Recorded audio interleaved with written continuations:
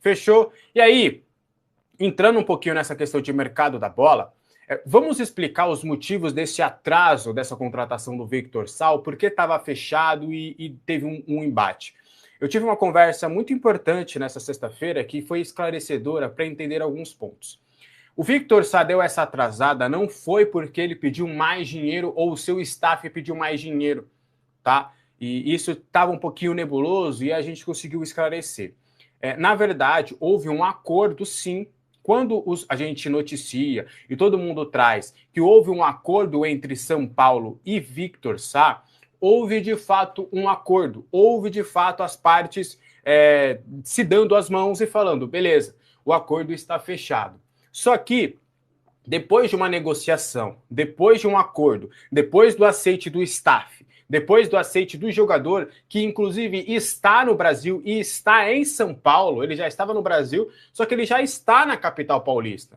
Porque ele já sabe que ele é jogador de São Paulo. Para ele é jogador de São Paulo, então ele já está na capital paulista, ele já está aqui aguardando o momento de falar, ó, vamos fazer os exames médicos com o clube para entender. Até me passaram uma coisinha que eu não entendi bem, mas como eu estava focado numa outra situação, eu não entendi muito bem que o Victor Sá teria feito exames médicos próprios, porque parece que ele tinha uma lesão no quadril, e aí ele fez alguns exames para ver o quanto ele estava apto para isso, mas isso não tem nada a ver com o São Paulo. Falou, não, ele fez uns exames ali, mas nada a ver com o São Paulo. Mas como a gente estava focado nessa questão do melar o negócio, eu não entrei muito nesse quesito. Mas aí o que aconteceu? Quando houve o acordo entre as partes, e isso é para todas as negociações, isso vai para o departamento jurídico do São Paulo, com os advogados também da parte envolvida, neste caso do Victor Sá, para fazer toda a tramitação de cláusulas do contrato. E aí, os advogados do Victor Sá, a parte jurídica do Victor Sá, viu uma incompatibilidade na questão dos valores líquidos e brutos que ele teria que receber em algumas questões jurídicas e contábeis. Por quê? Tem algumas cláusulas e tem alguns bônus deste contrato. Por exemplo, existia uma interpretação, uma coisa que não estava muito clara, na verdade, é de que o Victor Sá ele receberia 700 mil por mês, tá? E a partir de 2027 ele receberia 1 milhão. E aí uma interpretação, por exemplo, nesta cláusula, era uma interpretação dúbia, como aconteceu, por exemplo, lá na questão do impeachment do Casares do Estatuto do Outem, por exemplo. Houve uma interpretação dúbia, que dava para você interpretar no sentido de que a ida do São Paulo para a Copa Libertadores da América seria o fator crucial para ele aumentar esse salário de 1 milhão, ou que não seria crucial, que era automático. Então essa cláusula não estava muito bem explicada. E tinha algumas outras questões que não estavam tão claras e esclarecidas assim por parte do departamento jurídico das duas partes. Então o que travou esse negócio não foi que o Victor Sá pediu mais dinheiro. Não foi que de última hora o staff falou, quer saber, a gente tinha um acordo? Só que, meu irmão, nada disso. A gente quer um pouquinho mais de grana. O Vasco entrou, sei lá, alguém entrou no negócio. Não. O acordo com o São Paulo ainda está apalavrado. As partes não negociam mais condições. Né? O que aconteceu foi as partes de departamentos jurídicos que estão conversando agora, porque, não, pera, tem uma inconsistência aqui, vamos deixar isso aqui mais claro. Tem essa cláusula, tem esse bônus, tem essa situação. Então, essas questões contábeis e questões de o que seria valor bruto, o que ficaria no líquido, o que o São Paulo recolheria de imposto, o que o São Paulo paga, mas quem tem que recolher o imposto é o Victor Sá, então automaticamente para ele sobraria X valor. Então, foram essas as inconsistências que que estão sendo conversadas e que deram uma travada do negócio. Entendeu? Então, acho que deu para entender claramente o fator que acabou dando essa trava no negócio. Então, não é que ele pediu mais dinheiro. Acaba tendo dinheiro envolvido, né? Porque ele vai ganhar mais dinheiro ou menos por conta, né? Quem é que recolhe imposto nesse caso? E nesse bônus? Esse imposto vai para onde? E tudo mais. Então, mas foi por isso que o negócio aconteceu. Porque entre staff, jogador E staff, vamos colocar empresário, é mais fácil, porque staff a gente pode complementar como todo o departamento jurídico também, todas as partes, assessoria. Os agentes do Victor Sá e o Rui Costa acertaram já os valores. E até o Rui Costa, quando ele traz que, por exemplo, não vamos aumentar a proposta, é porque está fechado mesmo. Então era só uma questão de departamento jurídico, por isso que era uma questão de grana. Então é mais ou menos esse fator que acabou impedindo essa situação do Victor Sá até o momento. Mas aí, sabendo disso, eu explicando para as partes envolvidas que eu soube dessa situação, aí me alegaram, não, é mais ou menos isso, o que não deve impedir o acordo, é só uma questão contábil mesmo. É muito difícil qualquer negociação acabar travando pela questão contábil quando houve um aceite das partes. Então é mais ou menos nesse fator que houve essa inconsistência aí desse acordo. E repito, não deve melar o negócio. Vou usar a palavra não deve, porque a gente sabe que futebol, a gente sabe como as coisas acontecem. Então, tudo muito bem adiantado para o Victor Sá ser realmente o primeiro reforço do São Paulo. Beleza? Então, espero que tenha ficado Flamengo, né? Querer o Marcos Antônio ainda e tal. Confesso que o staff do jogador não tá muito tranquilo em relação à permanência dele no São Paulo, tá? E aí eu fui conversando com alguns colegas que cobrem lá o Flamengo e tudo mais. E o Flamengo, não é que o Flamengo tá pobre, né? Mas o Flamengo, ele cumpre muito as suas questões orçamentárias. E aí, pô, eles gastaram 42 pila de euros lá no Paquetá, eles fizeram alguns investimentos importantes. E aí, de acordo com o orçamento, ele só tem algo em torno de 10 a 15 milhões de euros para poder fazer investimentos. E eles querem buscar no mercado um 8, um 10 e um centroavante. E vai ter que fazer tudo isso com esses 15 milhões de euros. O que pode acontecer é o Flamengo vender alguns atletas e passar da meta de vendas para poder fazer a utilização desse dinheiro para, né, conseguir fazer essa composição. E aí, conversando com alguns colegas, eles acham que para essa janela de transferências deve ser muito difícil eles tentarem o Marcos Antônio, porque o São Paulo, eles sabem que o São Paulo, mesmo na pindaíba financeira, até um dos colegas que eu conversei falou, acho que é muito por orgulho de perder um jogador para um clube brasileiro, o São Paulo vai acabar querendo 15, 20 milhões de euros. Aí seria todo o orçamento que o Flamengo tem. Então, a tendência, tá? É uma tendência, a não ser que o Flamengo venha aqui falando, dou 10 milhões de euros ou 8 milhões de euros e dou Cebolinha e o Luiz Araújo para vocês. Só que acho difícil, porque agora o Al-Sadd lá do Qatar quer a contratação do Luiz Araújo. Então, vocês entendem como qualquer tipo de composição nesse momento do Flamengo não é factível fazer uma proposta para o Marcos Antônio? Porque eles não vão ofertar aquilo que o São Paulo quer e eles nem conseguem, nesse momento, ofertar o que o São Paulo quer. Então, não é que eles desistiram, até acredito eu que como o Boto gosta muito do Marcos Antônio, eu acho que eles tentariam o Marcos Antônio para o ano que vem. Beleza? O Rian Francisco, né, será, digamos que, reintegrado aos profissionais após o retorno da pausa da Copa. O GE trouxe essa informação mais cedo, mas a gente já tinha comentado sobre isso, né? E é importante trazer. O Rian Francisco, ele não treina em Cotia, ou pelo menos não treinava quando o profissional estava disponível. Ele passa a treinar em Cotia quando o profissional vai de férias. Então, o Rian Francisco, em nenhum momento, ele deixou de ser atleta profissional. É só um plano elaborado pelo São Paulo de colocar o Rian Francisco para jogar no Sub-20, para ele se preparar fisicamente, mentalmente, tecnicamente. E ele estará com o grupo na representação no dia 17, assim como todos os outros. Igor Felisberto, Nicolas, Pedro Ferreira, Jorginho, TT e Luca. Eram 6. Acertei, são 6. Então, esses 7 jogadores, que inclusive foram titulares na derrota contra o Bragantino na última quinta-feira, estarão na representação no grupo do dia 17. E aí o Dorival quer trabalhar com esses atletas, mas não está descartado ainda também o Dorival fazer esses atletas descerem uma vez ou outra para ter mais ritmo de jogo, para ter rodagem, para ter mais experiência. Então o Rian Francisco, mesmo ele ainda tendo idade sub-20, ele é um atleta profissional e tem sido tratado com muito carinho pelo São Paulo. O São Paulo entende que poderia queimar etapas, poderia ser prejudicial para a carreira do atleta, você já colocar o moleque para jogar no profissional depois de um LCA e depois de uma lesão no menisco. Ele teve 2 lesões importantes. Tudo, né, na mesma tacada só, mas foram 2 lesões. Então ele volta para o sub-20, joga, fica lá um tempo, jogando, treina nos profissionais, como ele estava fazendo. Ele treina nos profissionais, é observado, tem toda a interação. e aí depois volta lá para a base para poder jogar um ou outro jogo. O Mike, né? Eu perguntei mais cedo para entender detalhes sobre o Mike, já que ontem a gente repercutiu, por exemplo, a matéria do GE referente aos jogadores negociáveis e tudo. E aí a gente conversou com as pessoas ali do São Paulo para entender a situação do Mike. Eles acreditam que o empréstimo seria interessante para o Mike, mas eles também entendem que o Mike pode se provar dentro do próprio São Paulo, porque a capacidade ele tem, até porque há pouco tempo ele também já chegou a ser titular do São Paulo. Então o Mike, na visão do São Paulo, não foi colocado numa lista de dispensa.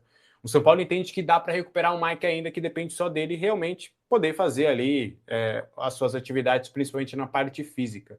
Então eu achei interessante, porque o São Paulo ainda não descarta o Mike. O São Paulo não coloca o Mike numa lista de negociáveis. É óbvio, está aberto.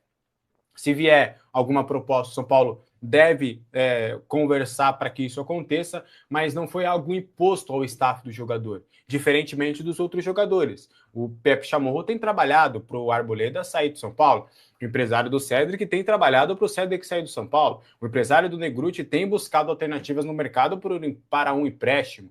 O Matheus Belém está fora dos planos e foi comunicado que ele está sem staff nesse momento para poder negociar. Então, todos os jogadores que não fazem parte dos planos já foram minimamente comunicados de que é para eles buscarem um outro destino. Tem o caso do Luan, que a gente já traz, que é um outro cenário, que ele quer ficar e tudo, e blá, blá, blá. Só que aí no caso do Mike não houve isso. Então o São Paulo ainda conta com o Mike. O Dorival entende que durante a intertemporada ele vai ter um tempinho maior para poder focar nessa situação. Ele quer conversar com o Mike, ele quer entender a situação do Mike, ele quer conversar, ele buscou informações para entender o que aconteceu, e a ideia do Dorival é conversar com o Mike e entender o que pode ser feito. Então, pelo menos por enquanto, o Mike faz parte dos planos do São Paulo, não passou pela cabeça do São Paulo colocar o Mike nessa lista de transferência. Pausa de 5 segundos para pedir a sua ajuda ao nosso canal com o seu like e se inscrever se ainda não for um inscrito. Beleza?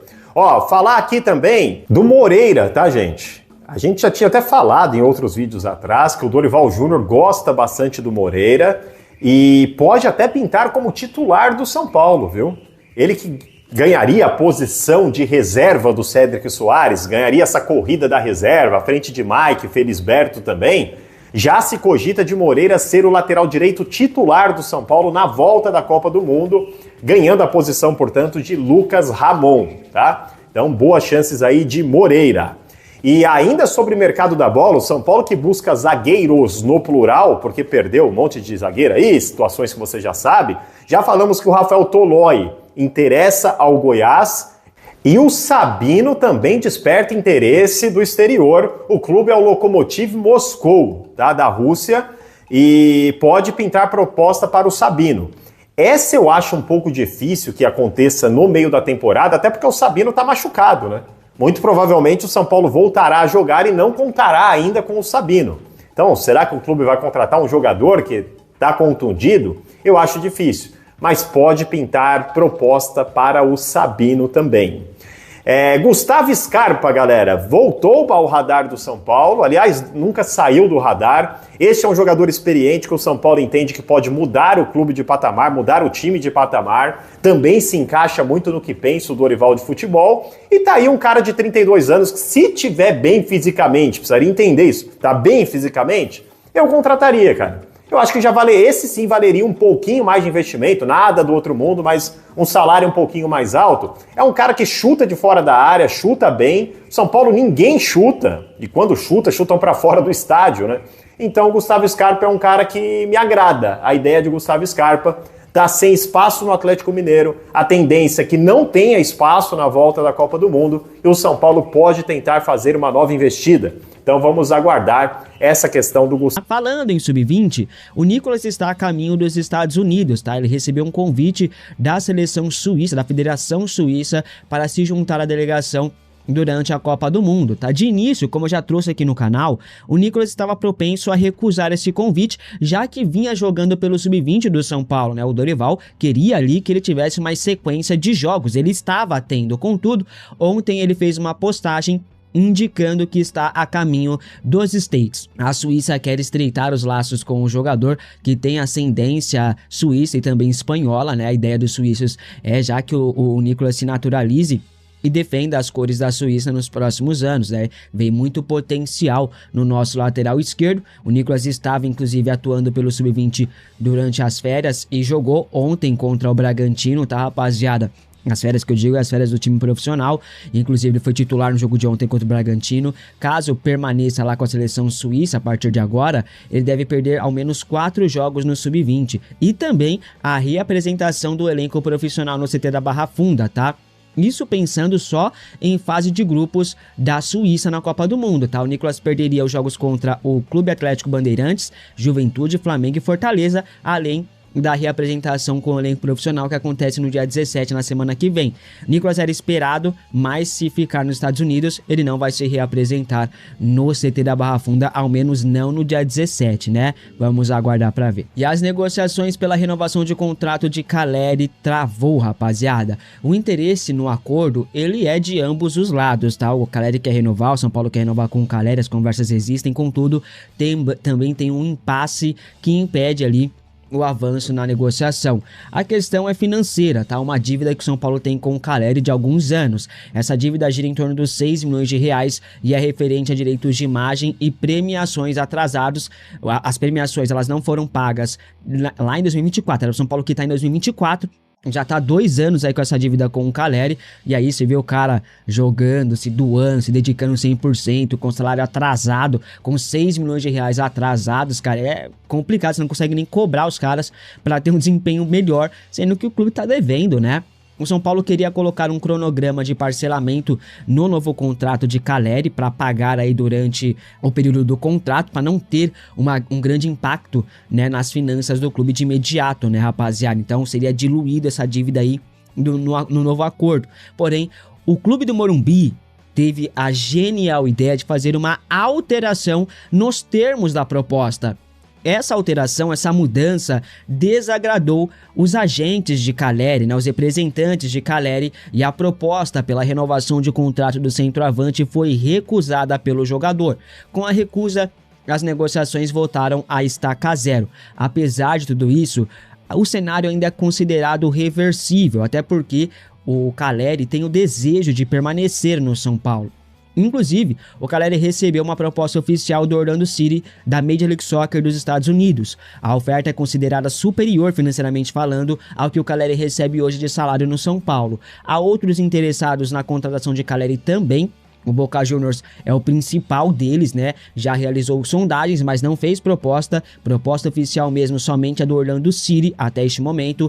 Clubes do futebol mexicano e outros clubes da Argentina também demonstram interesse na contratação de Caleri. O staff de Caleri, inclusive, vê com bons olhos uma saída do atacante do São Paulo, né? Acredita que seria muito melhor financeiramente, esportivamente, que o Caleri deixasse o tricolor já na próxima janela de transferências, mais tardar no final do contrato, né? Contudo, o Caleri se mantém firme em querer renovar o seu contrato com o São Paulo. Ele até vetou a possibilidade de sequer ouvir propostas do futebol brasileiro. Caleri sonha em conquistar a Libertadores com a camisa do São Paulo. A expectativa é que o São Paulo consiga reverter o quadro atual e avance pela renovação de Caleri nos próximos dias. Você é a favor da renovação de contrato de Jonathan Caleri com o São Paulo? Comente aqui abaixo a sua opinião. Inclusive, nos últimos dias, o Palinha deu no meio do Caleri, né? Esculachou o Caleri. Vou trazer informações sobre isso aí no vídeo do canal secundário, porque lá a gente vai levar mais polêmicas ali pra dar uma engajada também. Se inscreva lá se você não for um inscrito, canal do Beiço, só se inscrever lá, tá? E se você ficou comigo até aqui, este momento, deixa o like, se inscreva aqui no canal se você não for um inscrito, ativa também o sininho das notificações aí pra você não perder nada do que rola do mundo do Tricolor do Morumbi, fechou? O São Paulo, rapaz, ela tá com alguns contratos aí vencendo com alguns patrocinadores e parceiros. A Total Acesso, ela deu a maior dor de cabeça aí aos torcedores do São Paulo nos últimos anos, né? O contrato deles vence este ano, no final do ano. Ainda não se sabe se o vínculo será renovado com o São Paulo ou não. Existem algumas empresas interessadas em assumir o lugar da Total Acesso. a Ticketmaster é uma delas e seria a favorita a fechar com o tricolor. A informação foi trazida pelo blog do São Paulo do Alexandre Zanqueta. Inclusive, a Ticketmaster ela pertence à Live Nation desde 2010. E a Live Nation tem um contrato longo com o São Paulo, né, rapaziada? Juntas, Ticketmaster e Live Nation são a maior ali, é o maior conglomerado de entretenimento ao vivo no mundo, né? A Ticketmaster quer fechar com o São Paulo e adiantaria cerca de 280 milhões de reais em receitas, algo que ajudaria muito o Clube do Morumbi em termos financeiros, né? Ainda não sabemos se esses valores seriam de antecipação ali do acordo de contrato, seria investimento, seria patrocínio, mas eles estão oferecendo isso aí. Uma fonte consultada aí pelo blog do São Paulo afirma que não há nada acertado com a Ticketmaster ainda. Ele diz também, rapaziada, que existem outras empresas interessadas. A concorrência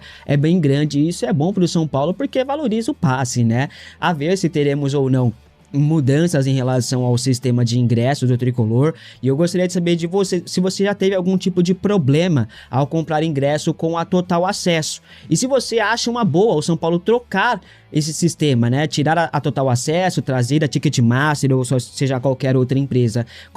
E o São Paulo segue no mercado e busca também um novo volante aí para reforçar o elenco, até porque o clube pretende emprestar o Felipe Negrutti e negociar a saída de Luan na próxima janela de transferências. A diretoria tricolor está no mercado em busca de mais reforços e, de acordo com o portal Radar da Bola, o São Paulo fez uma sondagem por Gabriel Moscardo, revelado no Corinthians e que pertence ao Paris Saint-Germain. Lá na França, ele estava sendo pouco utilizado, tanto que na última temporada foi emprestado para o Sporting Braga de Portugal. Lá ele fez 39 jogos e marcou um gol, teve mais oportunidades, né? O PSG pretende emprestar o volante brasileiro na próxima janela de transferências. Porém, a prioridade dos franceses é emprestar o Gabriel Moscardo para um clube do futebol europeu, né? Porque lá a competitividade é completamente outra, né? O São Paulo fez uma sondagem, demonstrou um grande interesse na contratação de Moscardo. Apesar disso, a tendência é que o tricolor não consiga avançar numa negociação, né? Você acharia uma boa Gabriel Moscardo no São Paulo? Seria um bom reforço? Comente aqui abaixo a sua opinião.